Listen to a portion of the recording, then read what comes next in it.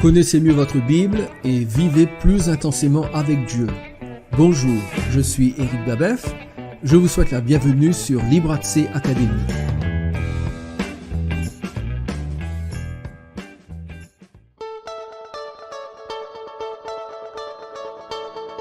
S'il y a une vérité que nous devrions contempler dans les Saintes Écritures, c'est celle qui dépeint la communion qui existe entre le Christ et son Père.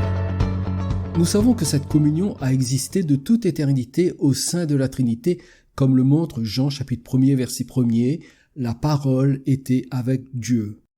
On peut traduire était avec Dieu par faisait face à Dieu ou était face à face avec Dieu. L'expression en grec illustre deux êtres se faisant face dans une conversation intelligente. Nous trouvons la même vérité dans 1 Jean chapitre 1er verset 2. Nous vous annonçons la vie éternelle qui était auprès du Père et qui nous a été manifestée. Dans ces deux versets, les expressions étaient avec et étaient auprès traduisent les mêmes mots grecs, proston. Ils indiquent la profonde intimité que Dieu le Fils, la parole, a toujours eu avec Dieu le Père, tous les deux coexistant dans une communion éternelle. Ce qui était vrai dans la pré-incarnation l'est également pendant l'incarnation, car dans le Nouveau Testament, nous trouvons plusieurs passages qui témoignent de l'extraordinaire communion que le Père et le Fils ont entretenue durant la vie terrestre du Christ. Par exemple, au moins à 2 reprises, le Père a témoigné de son affection pour le Christ. Tout d'abord, lors de son baptême dans Matthieu chapitre 3 verset 17. Et voici, une voix fit entendre des cieux ces paroles, « Celui-ci est mon Fils bien-aimé, en qui j'ai mis toute mon affection. » Et ensuite, pendant la transfiguration, dans Matthieu chapitre 17 verset 5, « Et voici, une voix fit entendre de la nuée ces paroles, « Celui-ci est mon Fils bien-aimé, en qui j'ai mis toute mon affection, écoutez-le. » Je crois que cette dernière exhortation du Père nous rappelle que l'écoute du Fils dans les Saintes Écritures nous permet d'entrer d'une certaine façon dans cette intimité divine. Donc, Dieu le Père témoigne de sa communion avec le Fils, mais le Fils n'est pas en reste, car de son côté, Jésus affirme que son union avec le Père est la source ou la cause de son enseignement et de toutes ses actions. C'est ce qui ressort dans ce qu'il déclare dans Jean chapitre 14 verset 10. « Ne crois-tu pas que je suis dans le Père et que le Père est en moi? Les paroles que je vous dis, je ne les dis pas de moi-même, et le Père qui demeure en moi, c'est lui qui fait les œuvres. » Nous pourrions multiplier les passages, mais je crois que les 3 plus puissants témoignages de la communion entre Dieu le Père et Dieu le Fils pendant son incarnation sont exprimés dans 3 textes clés du Nouveau Testament. Dans Jean chapitre 10, verset 30, Jésus affirme « Moi et le Père, nous sommes un ». La formulation dans le grec indique que Jésus ne disait pas que le Père et lui sont une même personne, mais qu'ils sont de la même substance divine. Ensuite, dans Jean chapitre 8, verset 29, Jésus déclare « Celui qui m'a envoyé est avec moi. Il ne m'a pas laissé seul parce que je fais toujours ce qui lui est agréable. » Cela signifie que Jésus a vécu toute sa vie humaine et son ministère terrestre dans la conscience absolue d'une communion ininterrompue avec Dieu. Celle-ci était si vraie, si intense et si puissante que devant le tombeau de Lazare qui était mort depuis 4 jours, Jésus a prié ainsi son Père dans Jean chapitre 11 verset 42. « Pour moi, je savais que tu m'exauces toujours. » Pourquoi parle-t-il ainsi? Tout d'abord, il est important de noter que Jésus n'a pas prié pour ressusciter Lazare. Ce miracle, il l'a accompli non en priant, mais en prononçant une parole. Lazare, sors. Jean chapitre 11, verset 43. Mais alors, pourquoi Jésus parle-t-il d'exaucement? Je crois que la prière a eu lieu bien avant que Lazare ne meure. Sans rien affirmer, mais nous sommes autorisés à penser que peut-être, je dis bien peut-être, plusieurs jours ou plusieurs semaines avant la mort de Lazare, le Père a prévenu le Fils que Lazare allait tomber gravement malade, mais qu'il pouvait le guérir. Et peut-être, je dis bien peut-être, que Jésus a dit au Père « Et si nous le laissions mourir ? Je préfère le ressusciter plutôt que de le guérir, car cela permettra à mes disciples de voir ma puissance même sur la mort. » Et peut-être, je dis bien peut-être, que le Père a accordé au Fils ce qu'il demandait, l'autorisant ainsi à ressusciter Lazare des morts plutôt que de le guérir avant qu'il ne meure. Vu sous cet angle, la confession du Fils dans Jean 11, 42, « Pour moi, je savais que tu m'exauces toujours », trouve tout son sens. Ce qui ressort de ces différents textes du Nouveau Testament, c'est l'invincibilité, l'invulnérabilité et l'indissociabilité de la communion entre Jésus et son Père. Et pourtant, l'impensable semble se produire à Golgotha lorsque Jésus a été crucifié. Voici ce que nous lisons dans Matthieu chapitre 27, les versets 45 et 46. Depuis la 6e heure jusqu'à la 9e, c'est-à-dire de midi à 3 heures de l'après-midi, il y eut des ténèbres sur toute la terre. Et vers la 9e heure, Jésus s'écria d'une voix forte, « Élie, Élie, lama sabachthani », c'est-à-dire « mon Dieu, pourquoi m'as-tu abandonné ?» Ainsi, après avoir confessé « Celui qui m'a envoyé est avec moi », Jésus s'écrie sur la croix « mon Dieu, pourquoi m'as-tu abandonné ?» Qu'est-ce que cela veut dire? Le Père aurait-il trompé et trahi le Fils? Le Fils aurait-il menti en affirmant que le Père ne le quitte jamais? Bien sûr que non. Mais nous devons comprendre ce qui se passe réellement ici et surtout pourquoi cela se passe ainsi. Tout d'abord, nous devons savoir que le cri de désespoir de Jésus face à son sentiment d'abandon ne veut pas dire que le Père a cessé d'aimer le Fils. À aucun moment, l'amour au sein de la Trinité n'a cessé d'exister. À aucun moment, le Père n'a cessé de chérir le Fils. À aucun moment, le Père n'a cessé d'aimer le sacrifice du Fils sur la croix. À aucun moment, le Père n'a cessé d'être satisfait de l'obéissance du Fils à sa volonté.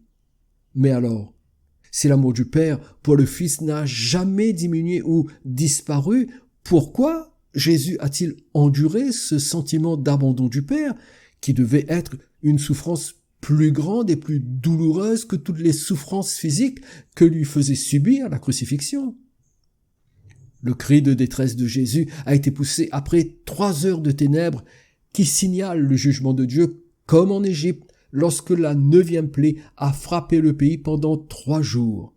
Vous trouverez cela dans Exode chapitre 10, les versets 21 à 23. Voici comment Dieu a annoncé ce jugement dans Amos chapitre 8, verset 9. « En ce jour-là, dit le Seigneur l'Éternel, je ferai coucher le soleil à midi et j'obscurcirai la terre en plein jour. » Le cri de Jésus sur la croix est emprunté au psaume 22, verset 1er, et nous rappelle la détresse de ceux qui se sentent rejetés par Dieu, loin de sa face et de sa protection, ainsi que l'attestent certains passages des psaumes, comme par exemple le psaume 27 et le verset 9, « Ne me cache point ta face. Ne repousse pas avec colère ton serviteur, tu es mon secours, ne me laisse pas, ne m'abandonne pas, Dieu de mon salut. » Ainsi que le psaume 38, verset 22, « Ne m'abandonne pas, Éternel, mon Dieu, ne t'éloigne pas de moi. » Ce sentiment d'abandon était étranger à Jésus car tout au long de sa vie, Jésus est resté dans un état constant de communion intime avec son Père. Imaginez alors l'agonie du Christ quand sur la croix, les ténèbres du jugement l'environnent et que son Père se détourne de lui. La grande question est pourquoi ce jugement et cet abandon du Père?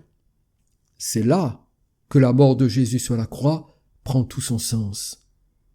Il faut savoir que Jésus n'est pas mort comme un exemple moral d'une mort pour une juste cause, mais comme le substitut parfait pour notre salut. Jésus n'est pas mort pour nous donner un exemple à suivre, mais il est mort pour nous délivrer de la condamnation éternelle. L'apôtre Paul déclare dans 2 Corinthiens chapitre 5 verset 21, « Celui qui n'a point connu le péché, il l'a fait devenir péché pour nous, afin que nous devenions en lui justice de Dieu. » Cela signifie qu'à la croix, un échange a eu lieu. Jésus a pris notre péché et nous avons été crédités de sa justice. Il était parfaitement saint et innocent, mais il a assumé nos fautes et a été officiellement reconnu coupable à notre place. Le « il » de « il l'a fait devenir péché pour nous » désigne Dieu qui devient ainsi le sujet de l'action décrite. Lorsque Jésus a donné sa vie sur la croix, le Père l'a chargé de tous nos péchés sans qu'il en ait commis le moindre pour nous déclarer juridiquement non coupables. C'est ce que confirme 1 Pierre chapitre 2 verset 24, lui qui a porté lui-même nos péchés en son corps sur le bois, afin que, morts au péché, nous vivions pour la justice. L'apôtre Pierre explique ici le double objectif de la mort de Jésus. Premièrement, en portant nos péchés en son corps, il a subi à notre place la condamnation que nous méritions. Or, si notre condamnation est tombée sur lui, elle ne peut plus tomber sur nous. Romains chapitre 8, verset 1er. Deuxièmement, par son sacrifice, Jésus a permis que nous soyons morts au péché. Le mot grec pour mort signifie être enlevé et séparé d'eux. Cela veut dire que Jésus est mort pour nous dissocier de notre culpabilité afin que nous vivions comme des non-coupables. Donc, les ténèbres qui ont duré de midi à 3 heures de l'après-midi signalaient que le jugement du Père contre nos péchés est tombé sur Jésus qui subissait à notre place le châtiment qui aurait dû tomber sur nous. Mais la Bible va encore plus loin, car Paul écrit dans Galates chapitre 3 verset 13, « Christ nous a rachetés de la malédiction de la loi, étant devenu malédiction pour nous, car il est écrit, maudit est quiconque est pendu au bois. » Alors que Jésus était pendu au bois de la croix, il est devenu malédiction pour nous. Pourquoi Paul emploie-t-il un langage si fort, presque choquant même, à propos de Jésus? Pour quelle raison Jésus serait-il devenu un objet de malédiction divine? Pour le savoir, il faut revenir à l'exigence d'obéissance à la sainte loi de Dieu. Cette loi est l'expression de la volonté divine, et quiconque la transgresse se place lui-même sous la malédiction que Dieu fait peser sur tous ceux qui lui désobéissent. Tout d'abord, nous lisons dans Deutéronome chapitre 28 verset 2 que la bénédiction divine pour tous les domaines de la vie est attachée à l'obéissance. Voici toutes les bénédictions qui se répandront sur toi et qui seront ton partage lorsque tu obéiras à la voix de l'Éternel ton Dieu. Mais le contraire est aussi vrai, car il est écrit dans Deutéronome chapitre 28 verset 15, « Mais si tu n'obéis point à la voix de l'Éternel ton Dieu, si tu n'observes pas et ne mets pas en pratique tous ces commandements et toutes ces lois que je te prescris aujourd'hui, voici toutes les malédictions qui viendront sur toi et qui seront ton partage. » S'ensuit alors une liste impressionnante de malédictions qui va du verset 16 au verset 68 du même chapitre. Il faut noter que la liste des malédictions est 3 fois plus longue que celle des bénédictions et elle concerne également tous les domaines de la vie. Toutes ces malédictions sont la conséquence de la désobéissance de l'homme. Savez-vous qu'il suffit de désobéir à un seul des commandements pour subir la malédiction de Dieu? Car Jacques chapitre 2 verset 10 déclare « Car quiconque observe toute la loi mais pêche contre un seul commandement devient coupable de tous. » Or, comme aucun être humain, à l'exception de Jésus, n'a jamais obéi à toute la loi, tout homme et toute femme se retrouvent sous le coup de la malédiction divine, car tous ont péché et sont privés de la gloire de Dieu, nous dit Romains chapitre 3 verset 23. Mais le Nouveau Testament déclare que cette malédiction est tombée sur Jésus lorsqu'il était pendu au bois de la croix. Je vous ferai remarquer que Paul affirme 2 choses à propos du Christ lorsqu'il a été crucifié. Premièrement, Dieu l'a fait devenir péché pour nous, dit 2 Corinthiens chapitre 5 verset 21. Deuxièmement, Jésus est devenu malédiction pour nous, nous dit Galates chapitre 3 verset 13. Avez-vous noté que c'est pour nous que ces choses se sont produites? Nous aurions dû subir la malédiction sur cette croix. Nous aurions dû être environnés de ténèbres. Nous aurions dû souffrir d'être abandonnés par Dieu. Mais c'est à Christ que cela est arrivé. Rien d'étonnant alors à ce que Dieu ait détourné ses regards de Jésus il l'a traité comme il aurait dû nous traiter si nous étions sur cette croix. Pourquoi Jésus s'est-il senti abandonné par Dieu? Parce qu'il était notre substitut sur la croix. Il a souffert l'horreur à notre place. Dans le credo, appelé également le symbole des apôtres, une confession de foi qui date du milieu du IIe siècle, vers l'an 150 à peu près, et qui n'a bien sûr pas été rédigée par les apôtres. Donc dans le credo, il y a une phrase sur laquelle je veux attirer votre attention et qui trouve tout son sens dans le cri de détresse de Jésus.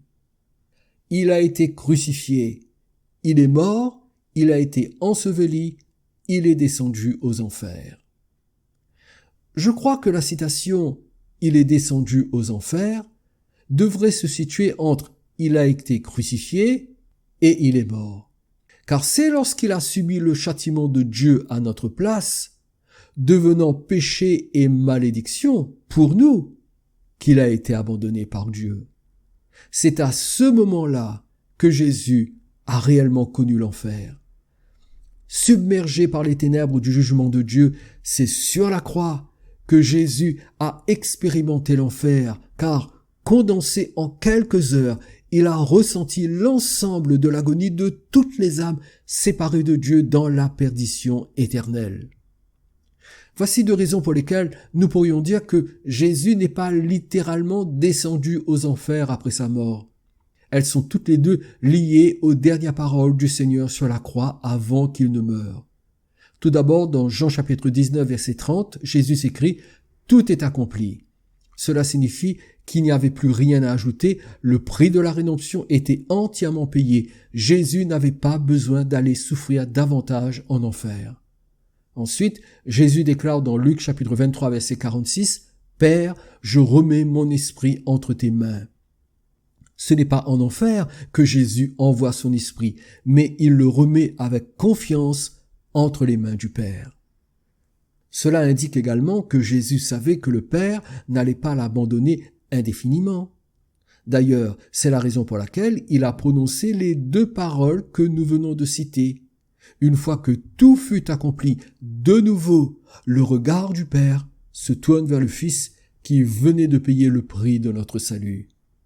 Mes amis, Jésus est devenu malédiction pour nous afin que nous puissions un jour voir la face de Dieu.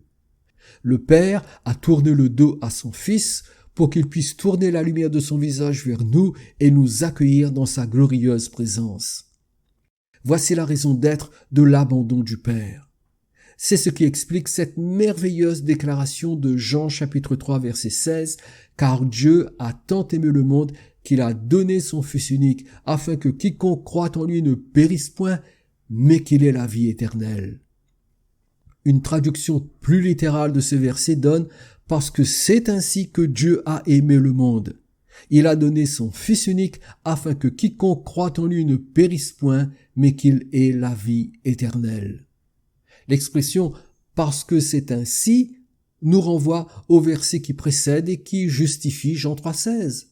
Il s'agit des versets 14 et 15. « Et comme Moïse éleva le serpent dans le désert, il faut de même que le Fils de l'homme soit élevé, afin que quiconque croit en lui ait la vie éternelle. » Ces versets font référence à un récit dans Nombre chapitre 21 du verset 4 au verset 9 où il est question des Israélites qui devaient regarder au serpent d'airain que Moïse leur montrait en l'élevant sur une perche afin d'être guéris des morsures de serpents dans le désert.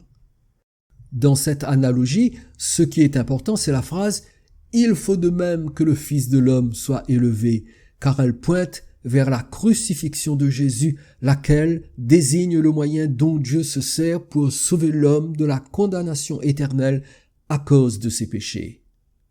Tout comme les Israélites devaient regarder physiquement au serpent d'airain élevé sur une perche pour avoir la vie sauve, de même l'homme pécheur doit regarder par la foi le Christ élevé sur une croix pour avoir la vie éternelle. Il est intéressant de souligner que ce n'est pas un agneau qui typifie Jésus crucifié, mais un serpent qui est le symbole biblique du mal. Cela s'explique par le fait que sur la croix, Jésus est devenu péché et malédiction en subissant le châtiment de Dieu pour nous. Tout le mal qui nous rongeait et nous maintenait loin de Dieu a été placé sur Jésus afin qu'il soit frappé par la colère de Dieu à notre place.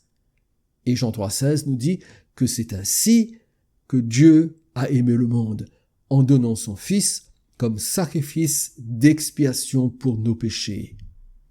C'est pourquoi l'apôtre Paul déclare dans Romains chapitre 5 verset 8 « Mais Dieu prouve son amour envers nous en ce que lorsque nous étions encore des pécheurs, Christ est mort pour nous. » Dans le cri d'horreur de Jésus « Mon Dieu, pourquoi m'as-tu abandonné ?» nous avons la preuve que Dieu nous aime. Nous confessons que lorsque nous regardons la croix de Golgotha, nous voyons l'amour de Dieu dans la mort de Christ. Croyons-nous dans l'œuvre de la croix? Notre foi et notre dévotion envers Dieu reposent-elles sur le sacrifice de Jésus à Golgotha? Avons-nous saisi le sens de la crucifixion de Jésus? Veillons à donner à notre vie chrétienne le bon fondement, selon le témoignage de Paul dans 1 Corinthiens chapitre 2 verset 2, « Car je n'ai pas eu la pensée de savoir parmi vous autre chose que Jésus-Christ et Jésus-Christ crucifié. » Le but de l'apôtre, en proclamant Jésus-Christ crucifié, était de montrer l'amour de Dieu dans la mort de Christ. Puisse cette révélation de l'amour de Dieu dans la mort de Christ sceller notre union avec le Seigneur. À bientôt. Avez-vous fait la paix avec Dieu et êtes-vous prêt à le rencontrer? Avez-vous l'assurance de votre salut? L'évangile de Jean au chapitre 3 et au verset 16 déclare « Car Dieu a tant aimé le monde qu'il a donné son Fils unique afin que quiconque croit en lui ne périsse point, mais qu'il ait la vie éternelle. » Vous pouvez être sauvé parce que Jésus s'est offert en sacrifice sur la croix pour que vous soyez réconciliés avec votre Créateur. Croyez que Jésus est mort et ressuscité pour votre salut. Demandez-lui de vous pardonner vos péchés et soumettez-vous à lui de tout votre cœur. Confessez que Jésus est le Seigneur de votre vie et prenez la décision de vivre selon ses enseignements. Que la paix de Christ remplisse votre âme et que sa présence vous accompagne chaque jour. Voulez-vous développer votre connaissance de la Bible, enrichir votre foi et approfondir votre relation avec Dieu? Accédez à des ressources captivantes en rejoignant Libre Accès Academy. Libre Accès Academy, c'est un espace public comprenant un blog et une chaîne YouTube. Libre Accès Academy, c'est aussi un espace membre proposant une école de formation des disciples et un parcours de théologie biblique. Libre Accès Academy, c'est l'occasion d'écouter de nombreux podcasts inspirants et de visionner des vidéos d'enseignement inédits. Libre Accès Academy, c'est également la possibilité de télécharger des Bibles et des ouvrages d'édification pour la foi. Mais Libre Accès Academy, c'est bien plus encore. Découvrez des trésors de connaissances bibliques inestimables pour une expérience spirituelle unique en vous rendant sur notre page d'information.